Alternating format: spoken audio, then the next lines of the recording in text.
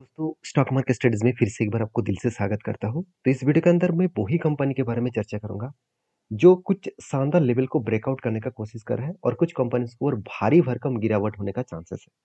तो इस वीडियो को पूरा देखना क्योंकि आपको बहुत सारे इंपॉर्टेंट पॉइंट देखने को मिलेगा और कुछ नया कुछ सीखने को मिलेगा। तो फर्स्ट टाइम चैनल को विजिट किया है तो चैनल को सब्सक्राइब आप कर सकते हैं। तो चलो सबसे पहले मैं डिस्कशन करूंगा राजेश एक्सपोर्ट के बारे में। देखिए राजेश एक्सपोर्ट के ऊपर मैं पिछले दिन भी एक वीडियो बना के शेयर किया था। मैंने आपको ये बताया था कि राजेश एक्सपोर्ट क्या इस फेस्टिवल के माहौल में क्या ट्रेंडिंग हो सकते हैं। तो उसके लिए कंपनी का प्रीवियस डेटा को बैक टेस्टिंग करके देखना पड़ेगा। देखिए फेस्टिवल का माहौल बेसिकली अक्टूबर मंथ में स्टार्ट होते हैं। अगर मैं पिछले सालों के अक्टूबर का डेटा देखूं तो आपको कुछ डेटा इस तरीके से देखने को मिलेगा। चलो एक बार मैं आपको डेटा ही दिखा देता हूँ। देखिए जुलाई टू अक्टूबर, देखिए अगस्त सितंबर अक्टूबर। तो अक्टूबर के जो मतलब मंथ्स है उस टाइम में जो फेस्टिवल का माहौल स्टार्ट हुआ था सितंबर अक्टूबर नवंबर में। तो उस टाइम में देखिए कंपनी के ऊपर भी कितना बड़ा यहाँ पे फॉल देखने को मिला। मतलब यहाँ पे जो सिचुएशन है, तो सिचुएशन वाइज तो कंपनी के उस टाइम में तो रिकवरी होना चाहिए था। उल्टा क्या हो गया, कंपनी के ऊपर गिरावट का माहौल है। चलो उससे पहले भी देख लेते हैं।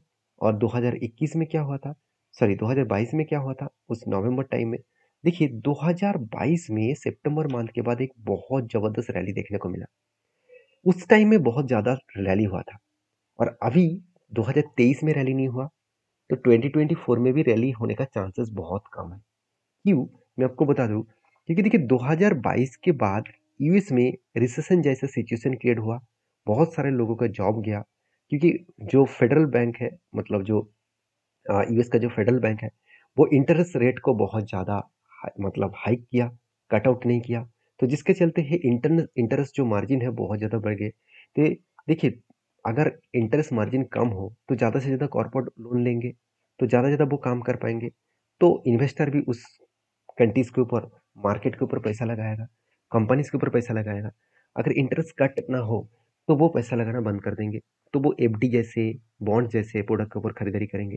तो इसलिए कोई भी कंट्रीज का ग्रोथ रुकने का जो मेनली वजह होता है वो है उस कंपनी के ऊपर, सॉरी उस कंट्रीज के जो इंटरेस्ट रेट। तो यूएस में इंटरेस्ट रेट तो कम नहीं हुआ।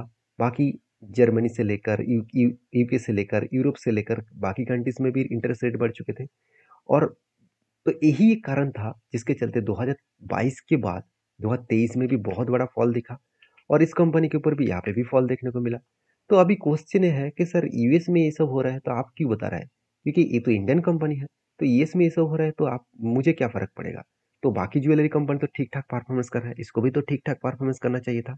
हाँ आपकी बात सही है, मगर एक दिक्कत वाला बात यही है कि कंपनी जितना इंडिया में बिजनेस कर रहा है उससे भी ज़्यादा कंपनी बाहर की कंट्रीज में बिजनेस कर रहा है। सबसे पहले कंपनी का प्रोडक्ट देखेंगे तो आप देख सकते हैं जो हैंडमेड, जो प्लेन गोल्ड ज्वेलरी है हैंडमेड, बाकी जो गोल्ड का जितने सारे चेन वगैरह और साथ ही साथ और भी जितने सारे प्रोडक्ट्स होते हैं वो सारे के सारे बनाए जाते हैं। और तीसरी बात ये भी है, अगर देखा जाए तो कंपनी जो प्रोडक्ट को एक्सपोर्ट किया जाता है, देख सकते हैं company is the only government recognise 5 star export house in the jewellery sector. और वो भी देखिए एक्सपोर्ट 60 कंट्रीज में कंपनी एक्सपोर्ट करते हैं। और सबसे ज़्यादा एक्सपोर्ट कहाँ पे करते जानते हैं, यूएस में, यूरोप में। तो इस तरीके से जर्मनी में, इस तरीके से कंट्रीज में बहुत ज़्यादा कंपनी प्रोडक्ट को एक्सपोर्ट करते हैं। तो राजस्व एक्सपोर्ट का दिक्कत यही है कि जिस कंट्रीज को वो ज़्यादा एक्सपोर्ट कर रहे हैं वही कंट्रीज में आज इकोनॉमिकली उतना स्ट्रांग ग्रोथ हो नहीं रहा। तो तो यही एक कारण है जिसके कारण कंपनी के ऊपर शेयर में लगातार करेक्शन हो रहा है। तो मैं इसीलिए बोल रहा हूँ क्योंकि देखिए लोग सोचेंगे कि कंपनी बेकार बन चुके हैं क्योंकि कंपनी के कोई ग्रोथ ही नहीं है, कंपनी लगातार सेल्स बेकार हो रहा है, प्रॉफिट का तो मतलब धजिया उड़ चुके हैं। 300 करोड़ का प्रॉफिट डायरेक्टली सीधा सीधा नेगेटिव 30 करोड़ आ चुके थे। उसके बाद थोड़ा सा 11 करोड़ का फिर से प्रॉफिट हुआ। मतलब क्या है, 300 करोड़ का प्रॉफिट सीधा सीधा 11 करोड़ तक पहुंच चुके हैं। और इस 11 करोड़ तक पहुंचने के बाद कंपनी को क्या यहाँ से रिकवरी होने का चांसेस है, इसके लिए टाइम लगेगा। क्योंकि देखिए इंस्टीट्यूशन इस कंपनी को किस लेवल तक, किस हद तक इसको ट्रस्ट करते हैं। देखिए एफएस के पास होल्डिंग कितना था, 17% था। उसके बाद होल्डिंग कितना बना, 14% बने। डीएस के पास 11% था, आज भी 11% है। पब्लिक के पास 16% था, आज भी 19% है। मतलब इंस्टीट्यूशन, कोई भी इंस्टीट्यूशन इस कंपनी के ऊपर माल बेचने के लिए तैयार नहीं है। उसके साथ साथ प्रोमोटर भी इस कंपनी के ऊपर माल बेचने के लिए तैयार नहीं है। तो जब प्रोमोटर, इंस्टीट्यूशन सब ने माल बेचना यहाँ पे मतलब एक स्टेबल जगह पे रखा, सबने बाय करके कंटिन्यू कर रहा है, तो क्या कंपनी बेकार हो गया? मेरे हिसाब से तो नहीं है। तो बाकी इस राजेश एक्सपोर्ट के ऊपर लोगों के मन में, हर किसी लोगों के मन में अलग-अलग व्यू होगा, वो मुझे कमेंट्स करके बता सकते हैं। हाँ, मैं भी गलत जा सकता हूँ कि कंपनी बेकार है, क्योंकि हर किसी का तो रिसर्च अलग-अलग होते हैं। तो मुझे लग रहा है कि कंपनी जिस तरीके से प्रेशराइज़ में है, वो और भी नीचे आ सकते हैं, और जो लेवल निकल कर आ रहा है करीबन 240 का, तो इस लेवल तक आने का चांसेस है। तो आपकी क्या मतलब ओपिनियन है, मुझे कमेंट्स करके जरूर बताइए। नेक्स्ट जो कंपनी उसका नाम है परस डिफेंस स्पेस एंड टेक्नोलॉजी। इस कंपनी के ऊपर सबसे पहले मैं टेक्निकली चार्ट पॉइंट्स के ऊपर जाना चाहूंगा। इस कंपनी के ऊपर जो लेवल्स मुझे चाहिए था वो लेवल्स मुझे देखने को मिला। अभी मुझे लग रहा है कि कंपनी के ऊपर एक भारी भरकम प्रेशराइज आने वाले हैं। आप खुद ही देख लीजिए कंपनी के ऊपर यहाँ पे क्या बना, एक स्ट्रांगली यहाँ पे एक रेंज क्रिएट हुआ, स्ट्रांगली एक बाइंग का रेंज बना, और वो भी क्या बना, हाई वॉल्यूम के साथ। हाई वॉल्यूम के साथ बाइंग हुआ। तो जब भी कुछ इस तरीके से वॉल्यूम के साथ बाइंग होते हैं, और वो भी पीक लेवल से वो ऊपर नहीं जा पा रहे हैं, तो नीचे आ रहा है, इसका मतलब वो वही लेवल तक लेके आएंगे ऑपरेटर।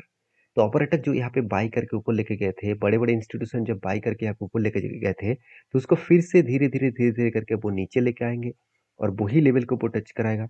वहां से कंपनी बाउंस बैक कर सकता है। तो कहने का मतलब है, इस तरीके से स्ट्रेटेजीज को अगर आप बैक टेस्टिंग करके देखेंगे, तो आपको हर चीज आपको क्लियर कट देखने को मिल जाएगा। क्योंकि देखिए, इस तरीके से स्ट्रेटेजीज के ऊपर काम करने से पहले हमेशा मैं दो चीज़ों को याद रखता हूँ। पहली बात, कंपनी का क्या फंडामेंटल फाइनेंशियल स्ट्रांग है, उस उसके स्ट्रांग होने के बाद भी शेयर में करेक्शन हो रहा है, तो सोचिएगा वो ऑपरेटर का पूरा खेल है। वो वही लेवल तक उसको लेके आएंगे जो लेवल में इसका स्टार्टिंग हुआ था, बाइंग स्टार्टिंग हुआ था। तो यहाँ अगर यहाँ पे आए, यहाँ पे मैं एंटी जोरो लेने वाला हूँ। जो लेवल निकल कर है 900, और यहाँ से मैं टॉप लेवल तक कहाँ तक होल्ड करूंगा, जो लेवल निकल कर है 1400 रुपीज के आसपास। तो 900 से 1400 तक ऑलमोस्ट 600 पॉइंट्स के आसपास मुझे जर्नी देखने को मिल सकता है। तो बाकी आपकी क्या ओपिनियन है, जरूर मुझे कमेंट्स करना, क्योंकि इस कंपनी के ऊपर एक चीज मैं आपको जरूर दिखाना चाहूंगा। कंपनी का फाइनेंशियल ग्रोथ बहुत स्ट्रांग है।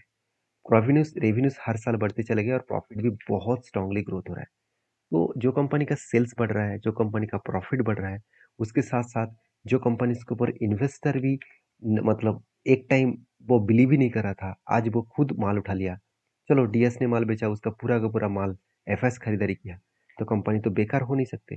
तो इसके लिए आपको जरूर वॉच एंड स्टडी करना चाहिए, उसके बाद आपको कुछ कुछ डिसीजन लेना चाहिए। तो बाकी आपके क्या ओपिनियन है, जरूर मुझे कमेंट्स करके बताना। नेक्स्ट जो कंपनी है उसका नाम है Muthoot finance limited. Finally Muthoot finance limited के ऊपर जो मुझे डेटा चाहिए था, वो डेटा फाइनली मिल चुके हैं। जिस तरीके से मुझे टेड चाहिए था, वो टेड भी मिल चुके हैं। आप देख सकते हैं पहले क्या टेड बना था, कब विद इनहेरिटेंस का ब्रेकआउट हुआ, और सीधा सीधा टारगेट को अचीव किया। और कितने दिनों में टारगेट अचीव हुआ? टारगेट अचीव हुआ जब रिटेस्ट किया, वहां से लेकर टॉप लेवल तक देखो तो ऑलमोस्ट 34% का रिटर्न मिला 160 दिनों में। सेम टू सेम दूसरा और एक ट्रेड मिला। कहाँ से मिला? चलो मैं सारे डेटा को एक बार क्लियर कर लेता हूँ। मैं एक बार सारी चीज़ों को रिमूव कर लेता हूँ। उसके बाद आपको क्लियर कट एक एक टेक्निकली चार्ट पैटर्न्स बना, जो मैं आपके साथ शेयर करूंगा। देखिए पहले क्या बना, एक लंबा सा यहाँ पे क्या बना, कप बने। तो लंबा सा एक कप बने, उस कप को मैं अगर मार्किंग करूँ तो जबरदस्त एक कप बने। उसके अगेंस्ट में यहाँ पे क्या बना, और एक पैटर्न्स बना जिसको कहा जाता है हैंडल्स। तो कप के बाद हैंडल भी बने। और फाइनली देखिए, यहाँ पे कंपनी के ऊपर ब्रेकआउट हुआ था, मगर यहाँ पे स्ट्रांगली ब्रेकआउट नहीं है। तो ब्रेकआउट कहाँ पे हुआ? तो देखिए यहाँ पे जो ब्रेकआउट हुआ, उसके बाद ब्रेकआउट कंफर्मेशन भी हुआ, और कंपनी रिटेस्ट भी किए। तो इस जगह पे अगर देखूँ तो कंपनी के कुछ एंट्री पॉइंट्स कुछ इस जगह पे बन चुके हैं। तो इस जगह पे बन चुके हैं, तो इसका टारगेट पॉइंट कहाँ तक हो सकता है? जो टोटल जो कप का मतलब लेंथ है, इसको मैंने मार्किंग किया और इसी को ऊपर बिठा दिया। तो टोटल जो रेंज निकल का आया आपके सामने होगा। 45% के आसपास टारगेट मिलने का चांसेस है। जो कहाँ तक जा सकते हैं, जो रेंज निकल कर है 2478 के आसपास। इस तरीके से स्ट्रेटेजीज को जब भी मैं फॉलो अप करता हूँ, हमेशा दो चीज़ों को ध्यान रखता हूँ। पहली बात, कंपनी का फाइनेंशियल कितना स्ट्रांग है। अगर मैं मुथूट फाइनेंस के बारे में बात करूँ तो सेल्स बहुत ज़बरदस्त है, प्रॉफिट भी बहुत ज़बरदस्त यहाँ पे ग्रोथ हो रहा है। तो जब सेल्स एंड प्रॉफिट इतने स्ट्रांगली ग्रोथ हो रहा है, तो उस कंपनी के ऊपर कुछ ना कुछ तो बुलिश मोमेंटम जरूर दिखेगा, कुछ ना कुछ तो ग्रोथ यहाँ पे दिखेगा। बाकी आपकी क्या ओपिनियन है, जरूर मुझे कमेंट्स करके बता सकते हैं।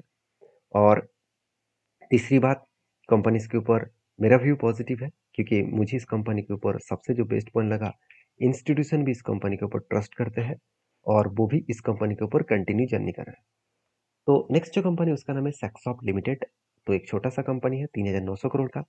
तो कंपनी के ऊपर अपडेट आपको जल्द से जल्द यहाँ पे मिलने वाला है, क्योंकि कंपनी के देखिए एक्चुअली अपडेट आ चुके हैं। सितंबर ऑफ 19 कंपनी हर 4 के बदले 1 शेयर देने जा रहा है। तो जो लोग स्प्लिट पाना चाहते हैं एक बार रिसर्च करें, उसके बाद काम करें। वीडियो अच्छा लगे तो प्लीज़ लाइक करें। Thank you.